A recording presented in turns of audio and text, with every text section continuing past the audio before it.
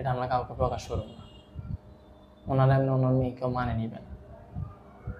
মানে জিনিসটা হিসেবে শয়তানের মতো হয়েছে, এক হাত দিয়ে আয় এক হাত যা যা এরকম আর কি ব্যাপারটা। নিজের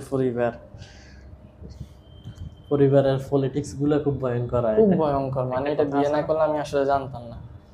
আর আমার মার সাথে আমার বাবার সাথে কারোর সাথে ভালো বনে না, এটা আমি ছোটবেলা না বুঝলে এখন খুব ভালো মতো বুঝি।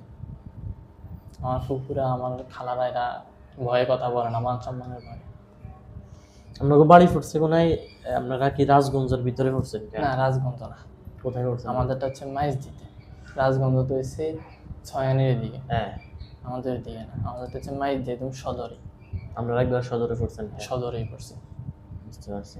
কোন গ্রাম আপনাদের? আমাদেরটা হচ্ছে আইয়ুবপুর আর শাহাপুর আর কি। বুঝতে পারছি। এখন আইসেন, এখন শুধু বিদেশের লাইনটা ক্লিয়ার হয়ে গেলে ওকে? হ্যাঁ, মানে উনি কাগজপত্র যত খরচ আছে সবকিছু দিয়ে আমি চলে গেলে ওকে, এতটুকুই, এর বেশি না। তাহলে যাওয়ার পরে আবার এদের খোঁজ খবর নিবেন না? যাওয়ার পরে খোঁজ খবর রাখুন, কিন্তু মানে মোটামুটি মোটামুটি, এর বেশি না।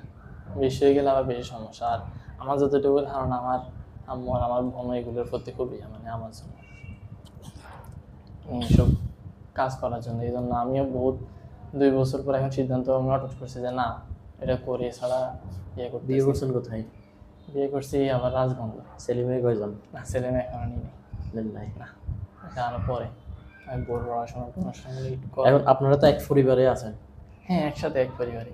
আচ্ছা, ঠিক আছে। তাহলে তো আমরা কাজ করতে এত বেশি সমস্যা হইতো না। ধরেন আমরা কিছু খাওয়াইতে দিলে তো খাওয়াইতে পারবেন? খাওয়াতে দিলে আসলে এটা খুব কঠিন আর কঠিন হইতো না, আমি আপনারা বলে দিই।